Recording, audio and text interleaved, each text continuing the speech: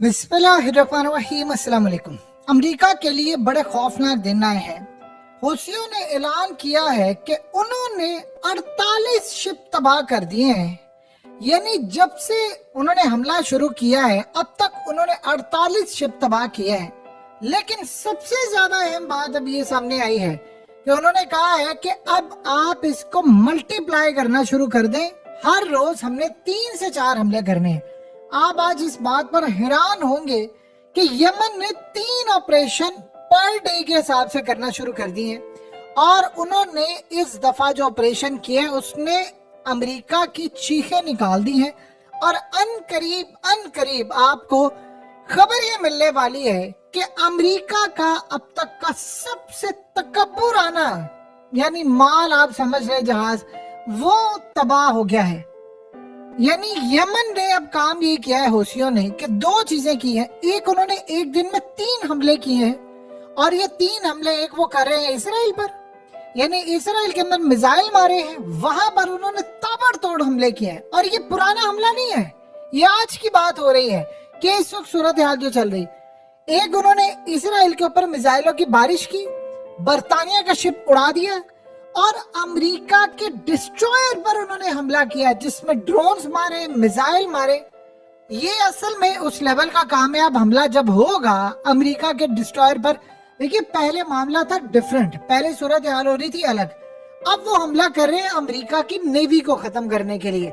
यानी अब उनको इस बात की कतई कोई परवाह नहीं है कि अमेरिका के पास क्या है क्या नहीं। वो असल में अमेरिका का जो नेवी का सारा निजाम है उसको दरम बरम कर रहे हैं। और इस सूरत हाल में अब उन्होंने टारगेट करना शुरू कर दिया डिस्ट्रॉयर। देखिए आप अगर डिस्ट्रॉयर तबाह कर देंगे तो अमेरिका की नेवी तो खत्म है। अमेरिका ने कहा है कि इंतहाई अफसोस के साथ कहना पड़ा है कि यमन अब नए से नए हथियार इस्तेमाल कर रहा है।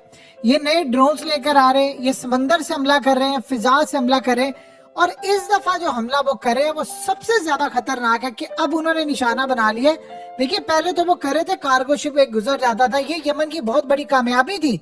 आप सोचिए 48 जहाज उन्होंने तबाह कर दिया। 48 जहाज, ये कोई छोटी बात है कि आपने इतना तबाह कर दिया पूरे वर्ल्ड को हिलाकर। अब ये करने जा रहे हैं पूरे का पूरा बाबुल मंदब जिसको हम कहते हैं रेड सी, आगे पीछे सारा टोटली ब्लॉक करने जा रहे हैं।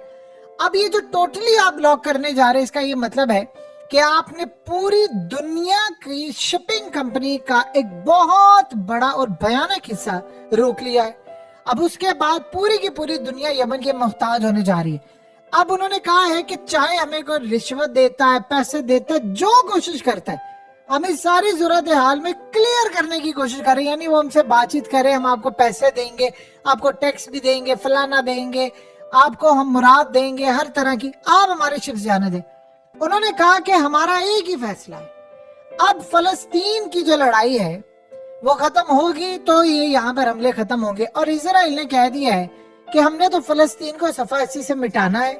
तो इसका मतलब है कि दुनिया परमानेंट जंग के लिए तैयार रहे। और इस दफा यमन ने कहा है कि हमने इतने ड्रोन्स मारने हैं, हमने अमेरिका को अब यहाँ पर टिकने नहीं देना। अब जो हमला वो कर रहे हैं वो नई से नई टेक्नोलॉजी का कर रहे हैं। दूसरी जानिब आप देखिए कि अमेरिका के ऊपर अचानक से हमले शुरू हो गए हर तरफ से। ये इतनी बड़ी प्लानिंग है कि अमेरिका की इंटेलिजेंस एजेंसियां इसको सही तरह रीड नहीं कर पाई। सबसे बड़ी बात यह है कि प्लान ये हुआ है कि अमेरिका को चारों तरफ से घेरना है। यानी अभी तक अमेरिका आप देखें तो वो लोगों के मुल्कों में जाकर हमला करता है, यानी अफगानिस्तान में, यमन में इजराइल को हथियार दिए। अब हो ये रहा है कि चारों तरफ से हमला। एक तो अमेरिका के अंदर साइबर हमले शुरू हो गए।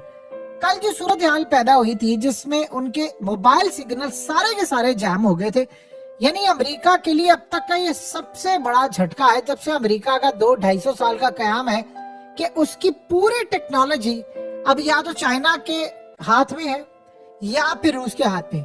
अब ये असल में एक तजर्बा किया गया था अमेरिका के ऊपर उनके मोबाइल फोन्स बंद करके।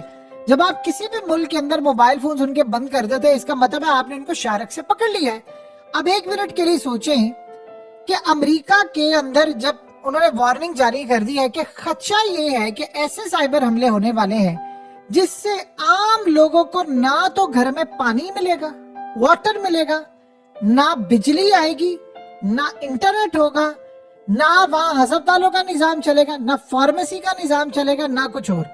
देखिए आम मुल्क जिस तरह अगर पाकिस्तान की सूरत हाल देख लें, हम तो वैसे पत्थरों के दौर में रह रहे हैं, हमारे यहाँ पर इलेक्ट्रिसिटी नहीं होती, चले हमें तो आदत है। आप सोचे जरा, जिन मुल्कों में एक सेकंड के लिए बिजली नहीं जाती, वहां पूरा अमेरिका अंधेरे में डूब जाए ईएमपी हमले के बाद, आप एक मिनट के लिए सोचे पूरे मुल्क का इंटरनेट बंद हो जाए। कल वो क्या कह रहे थे सबको, उन्होंने कल सबको कहा था कि आप सारे वाईफाई कनेक्ट करें और अपने प्यारों और इमरजेंसी की सूरत हाल में राब्ते में रहें, क्योंकि वहां पर बहुत सारी जो मेडिकल सर्विसेज हैं वो व्हाट्सएप पर होती है और उनका सिस्टम बैठ गया। यानी आप ये सोचिए, उन्होंने लोगों को हंगामी तौर पर कहा कि घर के जो वाईफाई चल रहे थे वो आप कनेक्ट करें, लेकिन जाहिर सी बात है मोबाइल फोन के सिग्नल जब आप गए हैं, और ये कुछ स्टेट्स में हुआ था, उन्होंने सिर्फ एक्सपेरिमेंट किया। अब आप एक मिनट के लिए आप सोच लें कि जब पूरे मुल्क के मोबाइल सिग्नल्स बंद हो जाएंगे, वाईफाई बंद हो जाएगा, आपकी इलेक्ट्रिसिटी बंद हो जाएगी, ट्रांसपोर्ट का सिस्टम बंद हो जाएगा, जहाज उड़ना बंद, पूरे का पूरा अमेरिका अंधेरे में डूब जाएगा, उससे बढ़कर कयामत क्या होगी अमेरिकियों के लिए कि वो उसके बाद ठीक भी ना हो पाए।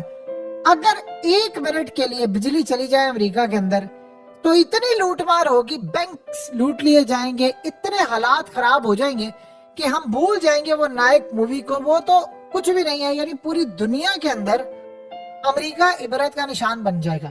पाकिस्तान के अंदर तो लोड शेडिंग और ये सारी सूरत हाल हम लोग तो जानते हैं।